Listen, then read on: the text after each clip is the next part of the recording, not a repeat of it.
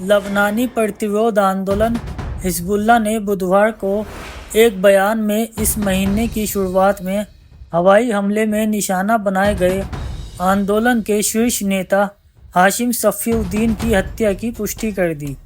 बयान में आंदोलन ने कहा कि वह हिजबुल्लाह की कार्यकारी परिषद के प्रमुख की शहादत पर शोक व्यक्त करता है, जिनकी हत्या बैरूत के दक्षिणी उपनगरों में हुए हमले में हिजबुल्लाह के महासचिव सैयद हसन नसरुल्लाह की हत्या के कुछ ही दिनों बाद कर दी गई थी।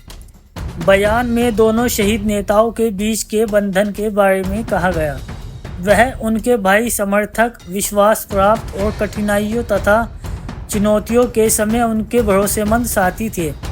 इसमें आगे कहा गया कि सफ़ीउद्दीन ने अपना अधिकांश जीवन हिजबुल्लाह इस्लामी प्रतिरोध और उसके समुदाय की सेवा में समर्पित कर दिया और जिम्मेदारी के साथ आंदोलन की कार्यकारी परिषद का प्रबंध किया।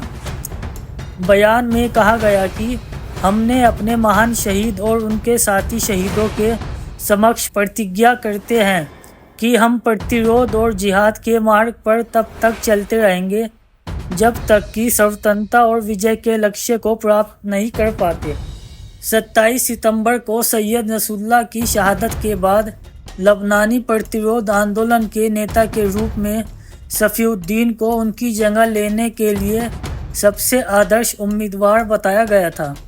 शहीद लेबनानी प्रतिरोध आंदोलन के नेता ने करीबी सहयोगी, जिन्होंने 32 वर्षीय तक उस पद पर कार्य किया।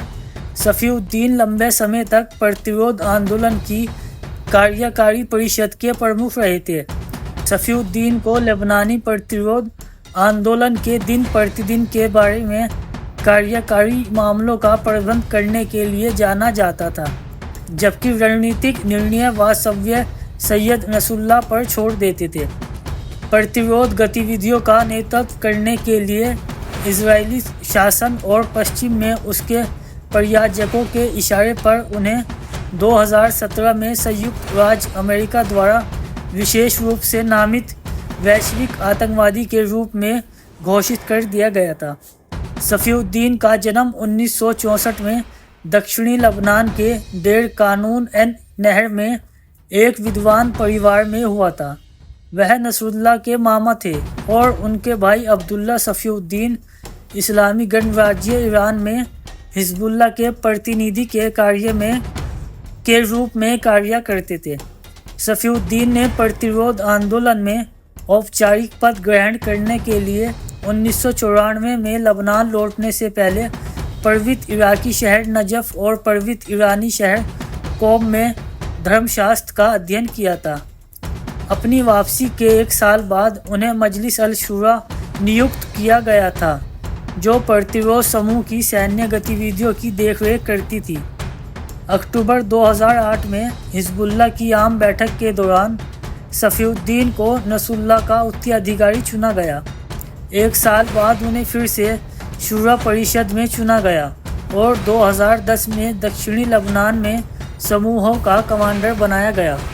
शहीद नेता अपनी वाकपटुता के लिए जाने जाते थे तथा उनके आधुनिक युग के दो शक्तिशाली राजनीतिक सैयद नसरुल्लाह और हिजबुल्लाह के समर्थक और हिजबुल्लाह के संस्थापक सैयद अब्बास मौसवी से प्रेरणा मिलती थी।